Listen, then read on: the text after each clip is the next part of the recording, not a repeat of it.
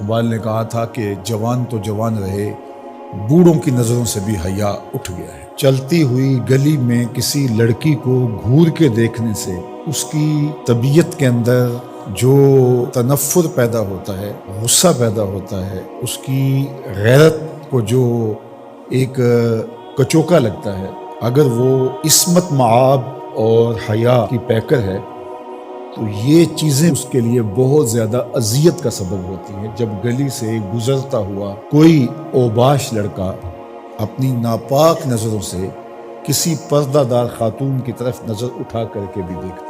آج کی تاریخ میں اگر ہم دیکھیں تو نظروں میں پاکیزگی تقریباً ختم ہو گئی ہے، حیا کا جنازہ اٹھ چکا ہے۔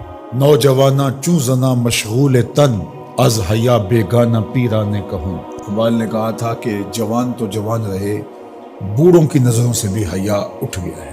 تو یہ معاشرہ اس حوالے سے کس قدر گھٹن کا شکار ہے کہ بامر مجبوری گھر سے نکلنے والی خاتون کو کتنی ناپاک، گندی، غلیظ، بھوکی اور شہوانی نگاہوں کا سامنا کرنا پڑتا ہے۔ وہ کس قدر اپنے اندر ایک اضطراب، بے چینی، دکھ، اذیت، تکلیف محسوس کرتی ہے۔ تو صرف اتنا ہی چہ جائے کہ کوئی اس کو آوازہ کسے، کوئی اس پہ تہمت لگائے، یہ تو بعد کی بات ہے، صرف نامناسب نظر ہی عورت کو توڑ کے رکھ دیتی ہے۔ عورت ایک نازک شیشے کی طرح ہوتی ہے۔ اللہ کے محبوب علیہ السلام تشریف لے جا رہے تھے ایک سفر پہ اور خواتین بھی ساتھ تھیں، تو جو اونٹوں کو ہانک رہا تھا اس کا نام تھا انجشا رضی اللہ تعالیٰ۔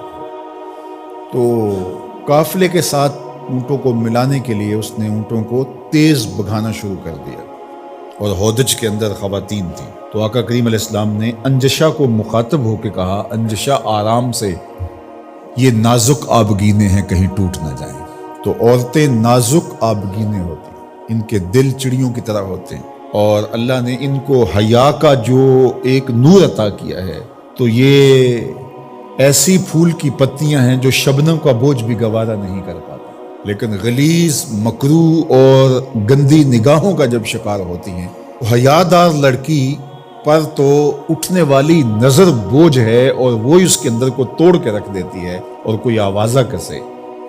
لیکن یہ تقدس معاب مریم سلام اللہ علیہا، گود میں بیٹا ہے، اللہ کی قدرت تھی، شادی ہوئی نہیں، لیکن ایک آزمائش ہے کہ بن باپ کے حضرت عیسیٰ پیدا ہوئے، چونکہ بہت صالحہ تھی، پارسا تھی، نیک تھی، متقیہ تھی اور پاکیزہ خاندان کی عالی مرتبت شہزادی تھی۔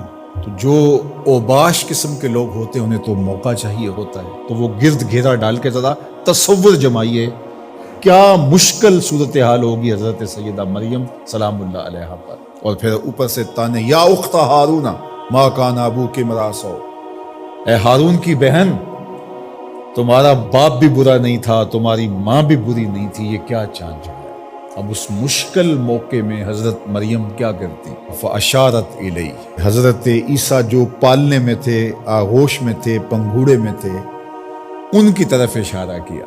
مجھے پوچھتے ہو کہ بن باپ کے بچہ کہاں سے آ گیا، اس بچے سے ہی پوچھ لو بن باپ کے کیسے آ گئے ہو۔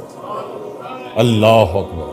تو یہاں یہ بھی سمجھ آئی، اوکھا ویلا بن جائے تو پیغمبروں کی طرف اشارے کیے جاتے ہیں۔ دعا کرو اوکھے ویلے گنبد خضرا کی طرف دیکھنا اللہ نصیب کرے۔ غم ہستی سے رہا ہونے کا چارہ مانگو، مانگنے والوں گنبد خضرا کا سہارا مانگو۔ اور کیا کسی نے کہا تھا، مرنے کی طرف دیکھ نہ جینے کی طرف دیکھ، جب چوٹ پڑے دل پہ مدینے کی طرف دیکھ۔